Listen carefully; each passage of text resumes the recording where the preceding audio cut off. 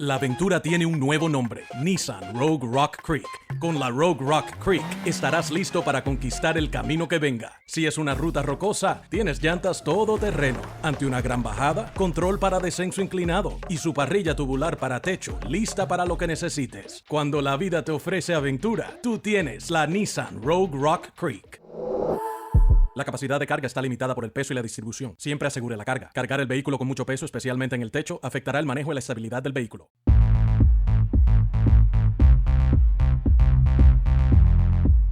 Bienvenido a Sonido Libre Podcast edición 70. Soy Iván Zainea. Como siempre, gracias por dar play y permitirnos acompañarte con una nueva historia. Aquellas palabras detrás de algunos de los sonidos independientes y emergentes de Colombia y Latinoamérica. Te invito a compartir tus ediciones favoritas de este podcast en redes, con tu familia de amigos y poco a poco hacer crecer aún más los seguidores de Sonido Libre. También te invito a visitar nuestras redes. Tenemos lanzamientos de música para que explores nuevos sonidos y también apoyes a las bandas y artistas que nos comparten su material, a quienes también aprovecho para dar las gracias por confiar en este espacio. Recuerda que Sonido Libre Podcast es patrocinado por Seven Sins Cervecería, microcervecería artesanal bogotana que puedes visitar en www.sevensinscerveceria.com y a través de sus redes sociales en @sinscervecería. También contamos con el apoyo de Voces de Aves Glamping, ubicado en Chocontá, Cundinamarca, y que te ofrece la experiencia de disfrutar de un lugar increíble, rodeado de naturaleza y tranquilidad, perfecto para descansar y salir de la rutina. Puedes tener más información en @Voces de Aves Glamping en Instagram y Facebook. El metal colombiano se toma una vez más este espacio. Hoy tenemos el gusto de dialogar con alguien que ha sido fiel a su proyecto, quien inició en solitario, pero que ha trabajado con muchos músicos y que pese a las adversidades, cambios de alineación, glorias de conciertos y variantes del destino, ha llevado al metal colombiano a un nivel más alto en el marco internacional. Nada que envidiarle al sonido y a la producción de Norteamérica y Europa. Me refiero a Jorge López, líder de la banda pereirana Estadur, que tiene 4 álbumes en el mercado, siendo el más reciente del año 2020 titulado From the Abyss, el cual forma parte de las filas de Blood Blast Distribution, propiedad del sello Nuclear Blast, uno de los más grandes de metal del mundo. Sin duda, esto es una gran hazaña nunca antes hecha por una banda colombiana. Hablamos con Jorge sobre cómo Estadur logró llegar a Blood Blast, desglosamos sus anteriores álbums, charlamos sobre los orígenes de la banda y sobre la loable labor social que desempeña como profesor con los niños de la región. Estos y otros temas más acompañan esta edición de Sonido Libre. Y antes de iniciar, gracias a Javier Valencia de Hateworks por hacer posible esta entrevista. Acá está Jorge López de Estadur, una de mis bandas favoritas de metal colombiano. Esto es Sonido Libre Podcast, edición 70.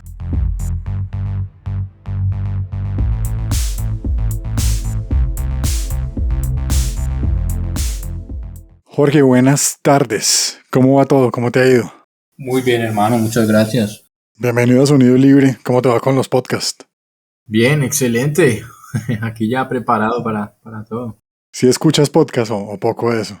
Sí, claro. De cada vez que tengo un ratico me saco y me escucho por ahí podcasts bien raros de conversaciones y cosas que de pronto sean así del interés. Chévere, me imagino que a fin. Bueno, antes de entrar hasta llegar al álbum que apareció en el 2020, pues vámonos un poco atrás. Estadur nace en el 2005, si no estoy mal, ¿no? Sí. ¿Qué estaba pasando en ese momento en Pereira? ¿Qué estabas haciendo tú? ¿En qué te estabas moviendo? Bien, yo recién estaba aprendiendo a tocar. Yo arranqué a tocar como a los 12 años batería y a los 15 me uní y formé esta banda así con compañeros pues de la misma edad en ese entonces. Todos éramos pelados. Y en ese entonces lo que se movía aquí en Pereira era esa onda de death metal que salió con bandas como Internal Suffering, tocaba Belial, tocaba Soulless, tocaba Twilight Glimmer y era digamos que ese death metal del eje cafetero que mandaba la parada. Hay algo que me ha llamado la atención. La semana pasada estaba en el FICIME, Festival de Cine y Metal, y se proyectan algunos documentales Alcancé a ver uno de la historia de un municipio en Antioquia. También estaba el tema de la historia del metal en Bogotá. ¿Tú crees que de alguna u otra manera con toda esta evolución y desde el 2005 que andas con la banda, ves que Colombia como tal está integrado en cuanto a metal o de todas maneras estamos hablando de regiones muy distintas que cada una tiene una historia particular, pero que tal vez no sea como estructurado en una sola columna vertebral para hablar de metal colombiano? Yo creo, pues en mi opinión, de yo, Jorge, que esto, digamos, apenas está empezando, apenas está cogiendo forma y pues sin desmeritar todo el legado y la historia que se ha traído, si tú pones en el panorama mundial hablar de metal y hablar de heavy metal de Colombia, se tiene que poner, digamos, unos nombres ahí pautados, ¿sí? Kraken, eso no es de gratis. Kraken tiene unas canciones increíblemente que llegaron más allá del oído latinoamericano y en todo el mundo. Te lo digo porque he estado en otros países y en Europa y es lo que la gente dice, es lo que la gente habla. Y también hasta el 2017 se logró un poquito con Inquisition, siendo una banda de black metal mundial parada al lado de cualquiera, al lado de, sí, al lado de cualquiera. ¿Por qué digo que hasta el 2017? Porque hubo, digamos, ese altercado y, y, y el sello Season of Mist los vetó y la banda perdió nexos con todo el mundo y perdió muchos seguidores, sobre todo seguidores europeos. Y era lo que me decían a mí, digamos, cuando estuve allá en Alemania, en Bélgica, en todos estos países, en República Checa también, tenían ese concepto de que era una banda que ya, que fue y que ya en ese entonces ya empezaba a decaer su nombre, o sea, su nombre y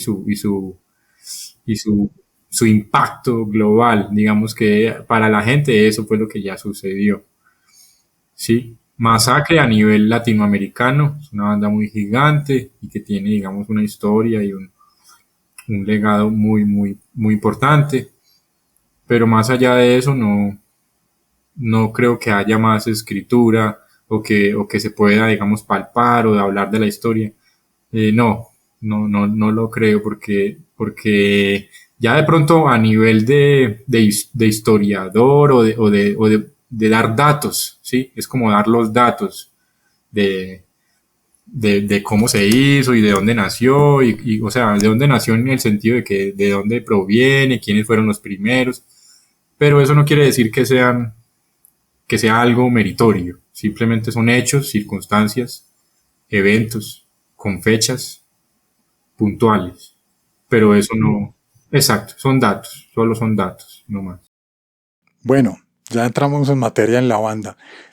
Empezaste en la adolescencia, 2005. ¿Bajo qué concepto empieza esta? ¿Qué querías hacer en ese momento? Bueno, en ese entonces el boom que había era el metal, el black metal, pero con tintes melódicos, o sea, el dark metal. Entonces salían bandas como Old Man Child, venía con mucha fuerza bandas como Dimmu Borgir, estilos de música así tipo Covenant, mmm, digamos que después de Amorphis, después de Arcturus, de ese tipo, de esa escuela venía. Entonces era como tratar de plasmar por esa misma onda de música y de estilo, algo nacional, algo de acá, y lo llamamos Estadur, siguiendo todas esas cosas, digamos, de pronto a raíz más global, Cradle of Field, ¿sí? Bandas como ese tipo, de ese estilo. Ya aparece, bueno, estamos hablando de 2005, pero tú me corriges si Dominated by Dummies salió en el 2011, creo. Sí, sale en el 2011. ¿Este álbum de qué hablaba? ¿Qué te inspiró en ese Bien, momento? ese álbum es bastante experimental porque es mi transición de haber formado la banda y tener una banda con varios músicos a yo empezar a hacer la música y todo como solista.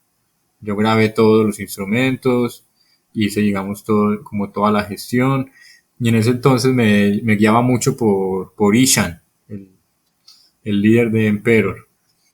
Entonces, digamos que es un trabajo muy experimental y muy melódico. Hablaba como de cosas así siniestras, del estilo del black metal, del estilo de esas cosas de terror, cosas terroríficas, mmm, antirreligión, cosas por el estilo. El primero. Acá la voz incluso varía mucho a lo que ha sido tu evolución al llegar al sonido Claro, de sí, hoy, sí, ¿no? totalmente. Listo. Viene el 2013, este que me gusta mucho. Aquí te lo muestro, obviamente, pues tú lo conoces más que yo. Sí. El Stay Away from Evil and Get Close to Me. Acá pareciera que el concepto aún sigue, de la idea raíz que traías con la banda. Sí, él va abarcando cositas. La aventura tiene un nuevo nombre, Nissan Rogue Rock Creek. Con la Rogue Rock Creek estarás listo para conquistar el camino que venga. Si es una ruta rocosa, tienes llantas todoterreno. Ante una gran bajada, control para descenso inclinado y su parrilla tubular para techo, lista para lo que necesites. Cuando la vida te ofrece aventura, tú tienes la Nissan Rogue Rock Creek. La capacidad de carga está limitada por el peso y la distribución. Siempre asegure la carga. Cargar el vehículo con mucho peso, especialmente en el techo, afectará el manejo y la estabilidad del vehículo. Tiene un poquito de impacto de esa época, del metal que se estaba moviendo en esa época. Pero sí, trae un poquito de cosas y la diferencia en este disco es que en el anterior yo solo tocaba batería y aprendí a tocar piano y desde el piano compuse, digamos, todo el álbum, el Dominate by Dummies. Pero en este ya aprendí a tocar guitarra y empecé a hacer las composiciones desde la guitarra, entonces cambia un poco, la afinación cambia también. La producción, el anterior lo produjiste todo tú y Este este también. estás con Christopher Clancy. Ah, bueno, sí, este lo masteriza y lo mezcla Christopher Clancy, claro, le da un sonido mucho más sólido. Sí, claro, obviamente se siente en la producción. Esta versión que tengo acá es peruana. Han prensado los discos en varias partes del mundo, ¿no? Sí, Bueno, yo tengo acá después Mother Ray, aunque hay un EP antes, ¿no? Oblivion, Oblivion, pero ese sí no lo tengo en físico. Estos los conseguí en plena pandemia, te cuento. Me puse a la tarea. qué bien, Aquí en este álbum cambia un poco más el sonido, ¿no? Cambia hasta el logo. ¿Por qué cambió el logo? porque quería plasmar algo más maduro, Ok. como la evolución de ya haber podido experimentar varios discos y como es posterior a LP, este EP está conectado con este disco. El EP que yo te digo, que se llama Oblivion, Oblivion. es una carátula roja y va conectado a este. El Oblivion es como el preámbulo de cómo se llegó a este álbum. ¿Y este álbum de qué habla? ¿Siguen las mismas líricas que mencionabas hace un rato? Ese álbum habla de la decadencia humana y del fin del mundo como humanidad. Entonces se llama la Madre Gris, Mother Grey, la muerte. Algo apocalíptico quizá, o no tan allá. Sí, sí, por el estilo. Bueno, y este álbum tiene algo particular que ya también, o pienso yo, no sé, tú me corregirás, pero obviamente con el cover de Burning Heart, que es un tributo a Survivor, que de hecho es la canción que más play tiene en Spotify, vi, pues no sé qué tanto haya un acercamiento como a esas voces limpias que de alguna u otra manera también llegan a proyectarse un poco a From the Abyss, ¿no? Sí, he sido siempre muy fan de ese heavy metal y del hard rock de los ochentas, de Survivor, Foreigner, Bon Jovi, toda esa onda y de pronto de lo más underground, lo que se llama Van Sant, ese tipo de bandas. Pero de esa época de los ochentas, digamos que me gustó mucho hacer este cover y obviamente cogió mucho impulso, tuvimos pues digamos como la fortuna, quedó bien hecho, a la gente le gustó, tiene una voz impecable del man de Soulwork, entonces cogió mucho más público, cogió fuerza. Pues te entiendo la parte de tributo, llevando la evolución de banda, ¿fue una apuesta o simplemente se quedó como en ese tributo? La verdad no lo hice con esa ambición, solo quería hacer un cover de esta canción, arreglar, a mí me gusta arreglar música, me gusta componer música, escribir, hacer arreglos, hacer adaptaciones y quería publicar esa adaptación bien hecha y con un buen vocalista y con un buen guitarrista como Per Nilsson. Suena muy bien, suena muy pro. Es como de esas versiones que el cover pues obviamente estamos hablando de una leyenda, no como Survivor, y de pronto suena muy atrevido lo que voy a decir, ¿no? Pero hay covers que a veces superan la versión original, ¿no? Esta, digamos que no voy a entrar en el gusto o disgusto para algunos fanáticos vieja escuela, pero suena muy bien, ¿no? Y te conecta y creo que contrasta muy bien en el disco. Excelente, sí, digamos que llega y se convierte como en un filtro y en una plataforma para ese oyente que le gusta el death metal y que siempre ha conocido esa canción de Survivor por allá en las películas de Rocky, sí, y de pronto no lo tienen muy presente, pero digamos que con esto se abre ese portal de que las personas puedan ver, oh, mira esa canción de los ochentas, pero en versión metal y así como por el estilo, qué bacán. Acá trabajaste con Bleeding Music Records. Esto es un sello sueco. Sí, ese disco es digamos, el más importante para mí porque fue el que me llevó a girar por Europa. ¿Qué lugar de Europa dijiste la logré acá, mejor dicho, que fue el show? En Alemania ¿Por? y en Polonia, diría yo que esos dos. Por el público, porque el público es muy leal. El público, digamos que es un juez, es un tribunal, el tribunal real, o sea, como para pasar tu prueba de fuego. Como que, ok, voy a poner mi música en vivo frente a un grupo X de metaleros de Alemania, que pueden escuchar desde Sabaton, desde Iron Maiden hasta Cannibal Corpse o Creator.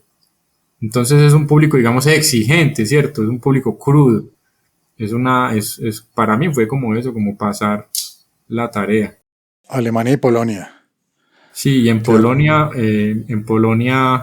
nos mezcló el sonido, el ingeniero de Vader, nos lo encontramos allá y era amigo pues de Michal. Michal, quien fue el baterista de Decapitated, él giró con nosotros. Entonces, como tocábamos con él, ese día nos hizo el sonido el ingeniero de Vader y eso sonó increíble, pues parecía una banda top de otro lado. Pues te lo digo porque tuvimos la oportunidad de sentarnos a tomar una cerveza después del show y el ingeniero puso en el bar, pues para nosotros en privado, puso la grabación del concierto que habíamos tenido esa misma noche. Y la puso y eso sonaba increíble, pues no pensábamos que habíamos sido nosotros. Por sorpresa tuya. Pero me imagino Sí, que sí. con eso ratificaste que el proyecto que has llevado en solitario es un proyecto de los grandes. Pues lo digo yo como escucha de metal y como fan de la banda, porque la verdad me gusta mucho. Qué brutal. Sí, por eso acá están los discos en físico y quería hacerlo así para que los visualizaras y a veces pasa, bueno, la tecnología ayuda, pero a veces cuando uno está haciendo las charlas y el artista coge el disco y dice, bueno, me trae este recuerdo, tal experiencia, entonces digamos que a veces se rompe un poco como el hielo. Ese es el motivo, pero bueno, hoy nos unimos aquí por la pantalla. Brutal. Llega el 2020 y de acá yo me acuerdo que en plena pandemia, creo que el sencillo que salió primero fue, si la memoria tú me corriges, es Lower Bastard. Sí, la primera canción que sale es Lowborn Bastard. Pero acá viene algo muy importante, ¿no? Te vas de Bleeding Music. No, digamos que fue el escalón más importante, con ellos estamos en muy buenos términos, pero digamos que por la pandemia y todo esto, siendo un sello pues de mediano presupuesto y de mediano nivel en Europa, eh, no tenían, digamos, un roster para este nuevo año, para el 2020, que fue el año en que salió finalmente con Blood Blast Distribution de Nuclear Blast. Entonces, no, estamos en buenos términos, pero fueron, digamos, circunstancias que salieron bien para mí.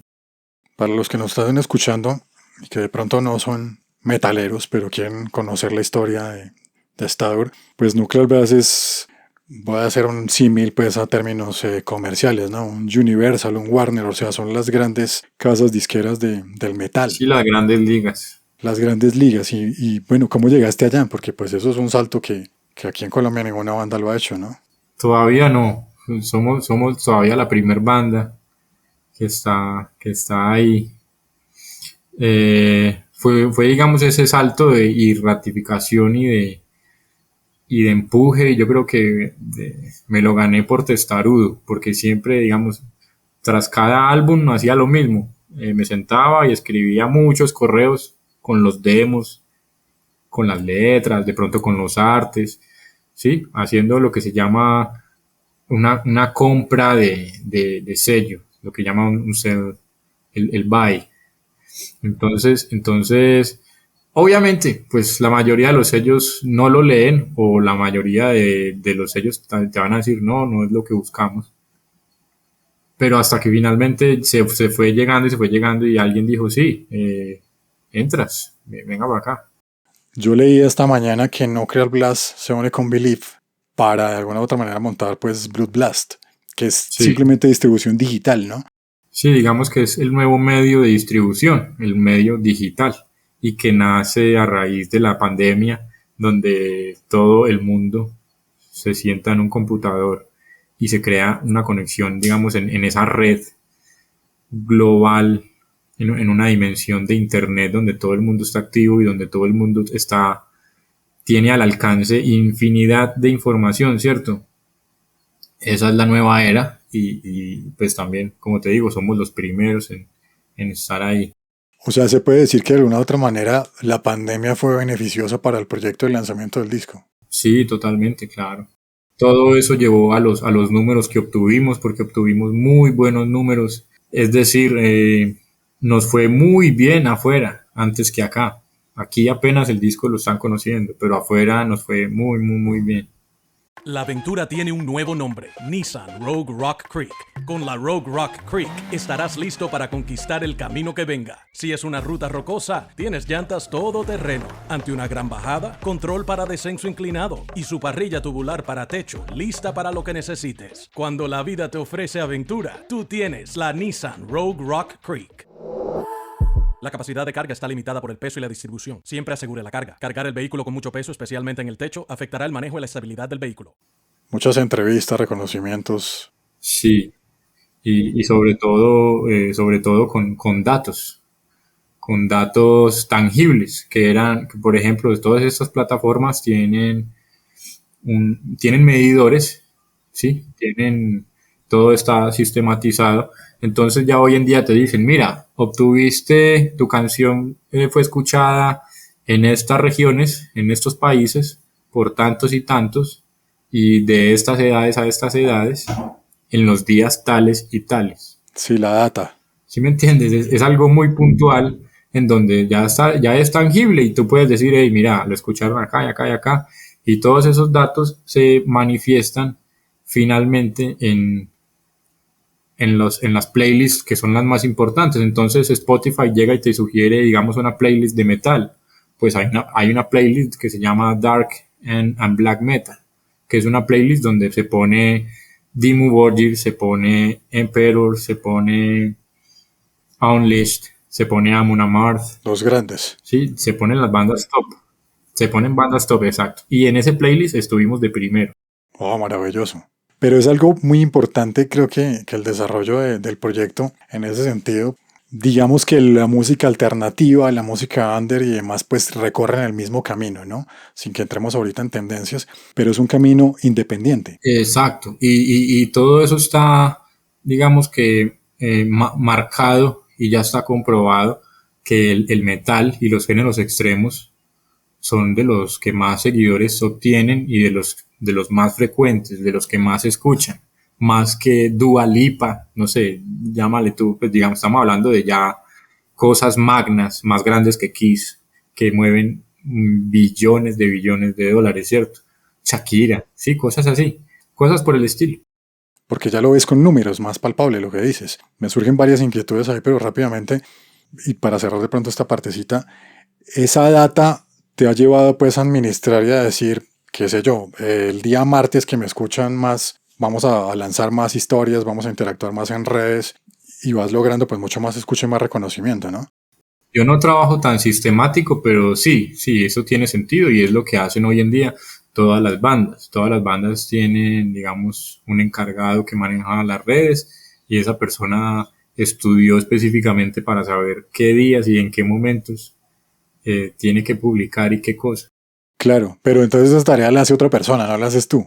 Mejor dicho, no sé si esta tiene manager o alguna cosa así que se dedique al tema. Pues sí hay un manager, pero el manager old school, que es el que se sienta detrás, el que se sienta detrás de un PC y que conoce la gente de ojo a ojo, que la ha visto y que ha viajado y que conoce la gente porque se conocen, sí, porque se conocen, como en la vieja escuela. Sí. A ese salto nuevo, ese salto actual, no lo he hecho, me parece muy complejo y creo que siendo una persona habitante, empleado, egresado, licenciado, profesor, existencia, llámalo como quieras, persona colombiana que vive en un país tercermundista, en un estado de corrupción y donde ya hoy actualmente la moneda más devaluada de todo el mundo, Mm. pues yo creo que no estamos para pagar ese tipo de trabajos, de que alguien mueva tus plataformas y eso, no da el presupuesto, la verdad. Ok, bueno, eso es una realidad, claro. De todas maneras, dejo ahí la incógnita, ¿no? Pues lo que te decía, y digamos que el paralelo que hacía era que con muchas bandas emergentes que se mueven en otros géneros, pero no dejan de ser indie, pues digamos que siempre como que uno ve también esos manager indies, por ponerles un término, y dicen, bueno, si vamos a lanzar una canción, vamos a medir y no es lanzarla por lanzarla, ¿no? Es todo un mundo de marketing digital, pero pues vale la pena y digamos que te lo preguntaba y hago el comentario por lo que ya la banda ha dado un salto mucho más próximo y obviamente pues hablando ya de un sello de distribución netamente como Blood Blast, pues tiene que ir ahí muy enlazado. ¿De dónde te sorprendió de pronto que con esa data dijiste hoy miércoles nos escucharon en Islandia, no sé qué pasó? Sí, bueno, por ejemplo, cuando visitamos Europa, visitamos Alemania, Francia, Polonia, Bélgica, así por el estilo. No alcanzamos a ir a Suecia, no visitamos Finlandia. Digamos que esos países nórdicos no los visitamos, no visitamos Noruega, pero son los países que más audiencia desprenden en la banda, sí, siendo un país que no hemos visitado, incluso más que Colombia. Wow, súper. Esa es la plaza que hay que conquistar ahora. Sí, digamos que es la música está hecha como para esos seguidores. A esos seguidores les gusta mucho. Ahí me surge una pregunta. Jorge como guitarrista, como compositor, pues la banda se gesta en ese sonido que de alguna u otra manera, sin que suene comercial, fue un boom, entre comillas, comercial con Dimu, con Osman Child y bueno, lo que nombraste, cosas de Warnagar, en fin. Pero yo al escucharte en las guitarras, no sé por qué, si estoy equivocado o no, pero me asemeja mucho al sonido del Swedish metal, en esa parte melódica, ¿no? Creo que es relevante. No lo nombraste ahorita, pero de alguna otra manera como guitarrista te marca o como guitarrista tienes de pronto esas influencias melódicas que te llevan a ya asumir un estilo y enmarcarlo en lo que suena hoy en día la banda. Sí, claro, a mí me encanta, digamos, la primer banda que tengo que nombrar ahí sería Grey Worm, Hypocrisy. Entonces, de esa escuela suena como por el estilo. Me gusta mucho At the Gates, sí. Brutal. Me gusta mucho ese tipo de bandas y que son de la vieja escuela y son melódicas, suenan muy brutal. Sí, Dark Tranquility, cosas así. Sí, el último de At the Gates es un disco muy chévere, ¿no? Incluso me llamó la atención que por ahí en una canción le meten hasta un saxo y suena bien, ¿no? Desencaja, ¿no? Suena bastante Sí, bien. muy brutal. Bueno, llegamos a From the Abyss. ¿En qué te inspiraste para componer este álbum? Bueno, From the Abyss ya es un pasaje donde empiezo a quedar como exhausto y de haber hecho tantos esfuerzos para promover la banda y para hacer música, para gestionar, en fin. Entonces, digamos que tras todos esos portazos en la cara y todos esos rechazos, a la final se pudo lograr algo. El disco ya, digamos que se plasma con una madurez más afianzada musicalmente, ya en el estilo también.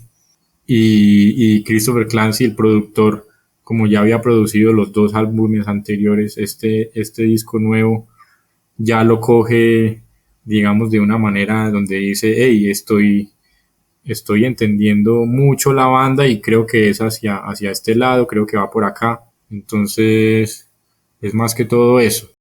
¿Cuál es la canción que más te gusta del álbum? De Red Door. The Red Door tiene una animosidad como, como que te ensancha, como que te anima. Tiene, digamos, el beat, la música, el coro es muy pegajoso y yo sin darme cuenta terminé, digamos, escribiendo un par de riffs en esa canción que cuando los hice yo me quedé con eso por ahí 2 meses, eso no se me salía de la cabeza, era muy pegajoso. Ya hoy en día, pues a mí la verdad me parece normal, ya me da hasta mamera. Pero yo sí me acuerdo que los primeros 2 meses que escribí esa canción, no, todo el día la tenía en la cabeza, es muy pegajosa. Es una gran canción. El otro sencillo que apareció fue She the Void. Sí, en este She the Void, todas las voces, hay más o menos 6 o 7 voces, pero todas son voces guturales.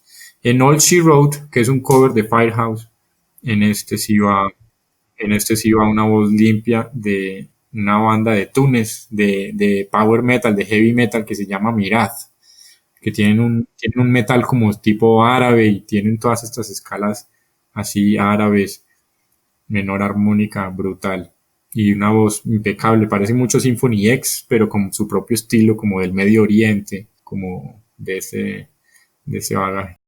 Y este disco en físico aparece bajo Hateworks. Sí, finalmente Hateworks se hace cargo de la patente para editarlo en físico. Dos presentaciones, Digipack y CD Case normal, ¿no? Sí, Bueno, yo soy amante de los Digipacks, adquirí este. Y este pues aparte tiene dos bonus track y tiene el acceso al contenido digital que fue como un, no sé, un concierto virtual de lanzamiento del álbum, ¿no? sí, exacto. Quedó excelente la producción de este Digipack, me gusta mucho. Felicitaciones por ello. Sí, quedó bueno. Hicieron un muy buen trabajo. La edición es muy bonita. Y este disco además trae 2 tracks en vivo que no tienen el CD normal en el Jewel Case, no los trae, pero el Digipack sí trae este material exclusivo que son 2 tracks en vivo. De pronto en esos shows que te moviste en Europa y todo, ves que el merch también se mueve igual que allá que acá. O sea, el merch también forma una entrada muy importante económicamente hablando para una banda, ¿no? Claro, eso es la entrada neta, es el merch, porque si no se gira, no se vende merch. No es lo mismo vender merch desde tu página a que venderlos cuando tú tocas, porque cuando tú tocas, tú haces esa conexión directa con el fan y el fan decide si le gustó o no le gustó. Y si es nuevo o si de pronto ya es fan, pues ya pues más fijo va y lo compra.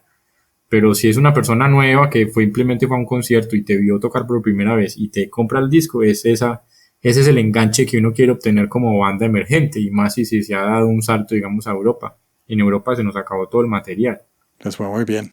Sí, quedamos cortitos. Hay bandas que les pasa eso, ¿no? Afortunadamente. Sí, menos mal. Y le puede pasar a cualquiera. Lo que pasa es que de pronto hay otras que no han dado el salto o de pronto no han tenido la oportunidad o les dará de pronto temor. Hay mucha gente, yo tengo muchos amigos que les da mucho temor invertir y darse un paseo de esos. Yo creo que eso va enlazado con esta pregunta que tenía aquí. Ya vamos llegando al final, Jorge. Por ahí en el 2013 encontré una entrevista en donde mencionabas que de pronto lograrlo en una carrera como solista, porque pues el proyecto ha sido tú como cabeza, por el comercio, los shows en vivo, es difícil hacerla para un grupo. Estamos hablando de casi 8 años atrás. Hoy en día piensas lo mismo o ya ves esto mucho más afianzado lógicamente por, digamos, las puertas que has abierto y de pronto el trabajar con un sello es mucho más fácil o cómo lo enlazas y de pronto le puedes retroalimentar a esos artistas y bandas emergentes que estás diciendo me da miedo saltar el charco, mejor paro acá, me dedico a otra cosa porque realmente pues Pues sí, claro. En realidad a mí lo único que me detenía de ir a tocar en vivo a otro país era que no tenía con quién tocar, porque toqué con más de 30 personas y nunca se lograba establecer una alineación, algo sólido. Nunca se logró, hasta que ahora apenas es que se logra como consolidar una formación. Y eso es lo más importante porque si no tú no puedes tocar y si la gente no ve la banda en vivo, pues no va a tener un enganche. Eso era lo único que a mí me detenía. sientes que esta es la banda. De pronto los otros músicos nos van a escuchar, ¿no? La grabación, pero y te comprometas, no lo sé, ¿no? Pero eso se siente, ¿no? Uno tiene que tener feeling para tocar con alguien, si no, eso es un matrimonio realmente. Sientes que este sí es. Eso yo creo que es algo que se construye, sí. No sé si será algo eh, como tan absoluto, pero sí es algo que se construye y claro, es lo más sólido que se ha llegado a tener, porque como te digo, yo he tocado, he ensayado y le he enseñado las canciones a 10 15 bateristas, hasta ya al punto que uno ya no quiere enseñarle otra vez más a ninguno. Uno ya le provoca como que no volver a probar a nadie, pero es por eso mismo, porque es un país tercermundista donde la mayoría de los músicos de pronto no lo hacen con la misma seriedad que tú lo estás haciendo y van es a tocar y a tomar cerveza y a aparentar y es un pasaje de la vida nomás, es como por tendencia y entonces mientras les da la tendencia en 2 o 3 años tienen banda y tienen instrumento y van a ensayar y hacen esto y lo otro, pero ya eso se va diluyendo y se vuelve algo ilusorio del pasado, ya después los ves tú, no sé, haciendo otras cosas, pero a la final eres tú el que queda solo, muévase y muévase y muévase, haciendo lo uno, haciendo lo otro, intentando, entonces ese es el dilema. ¿Has pensado en algún momento en desistir? Antes de From the Abyss, sí, precisamente de From the Abyss llega así, es desde el abismo, desde que ya yo no creo en nadie, ya me doy por vencido, esto es una basura, la vida es una basura.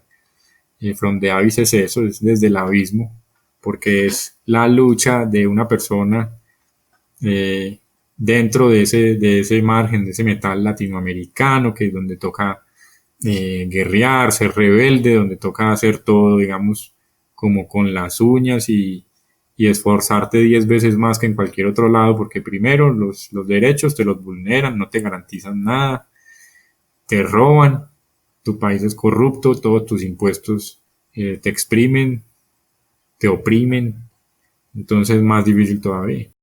Claro. Bueno, para las personas que adquieran el Digipack, ahí está el link para acceder a ese show en vivo.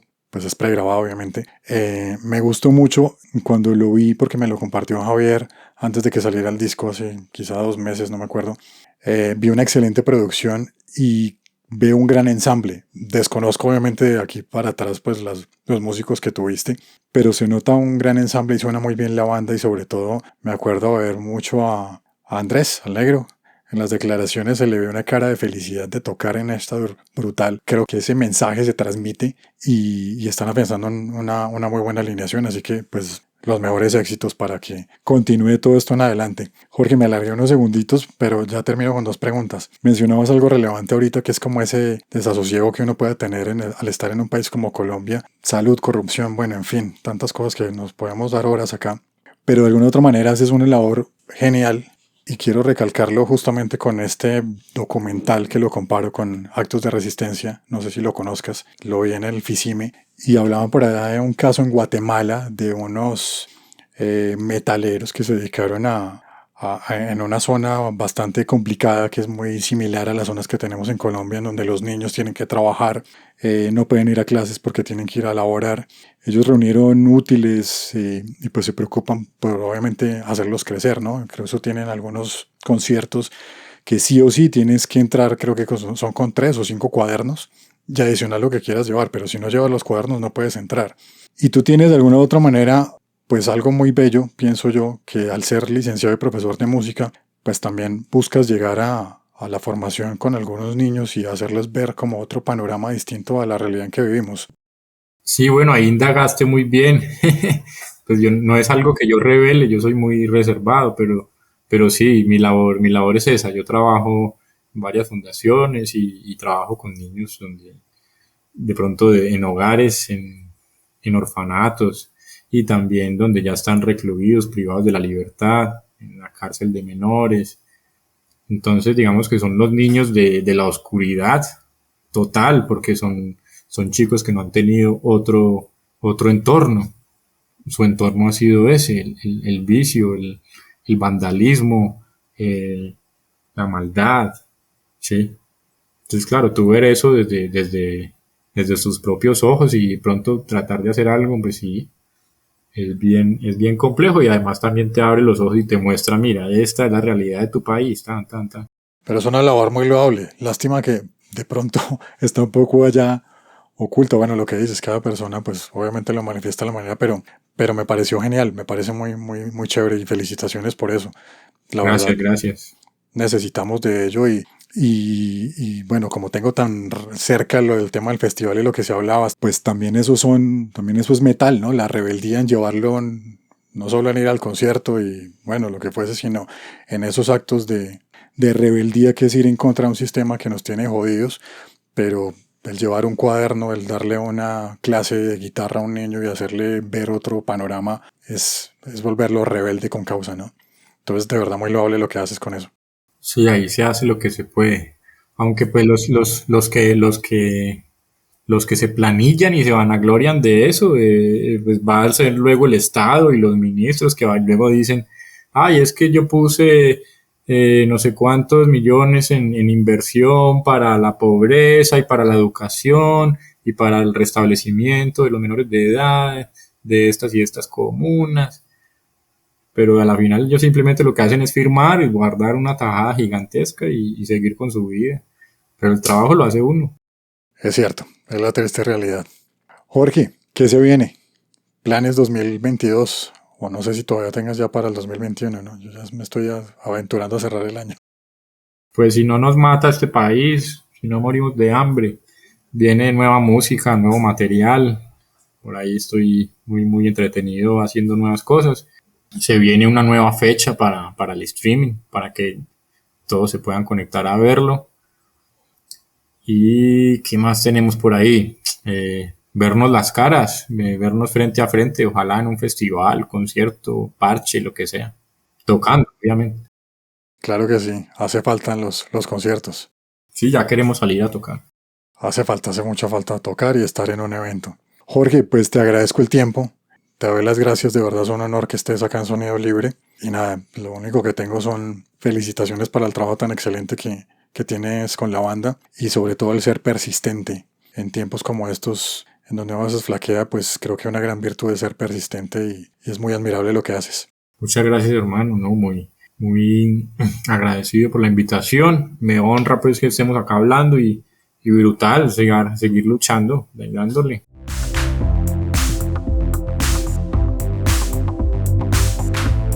Amena charla con Jorge, gracias a ti por llegar hasta este punto. No olvides ir a Spotify, buscar mi perfil Iván Zainea y seguir la playlist dedicada a nuestro invitado de hoy para conocer más la música de Ashtadur. Esto fue Sonido Libre Podcast. Hasta una nueva edición.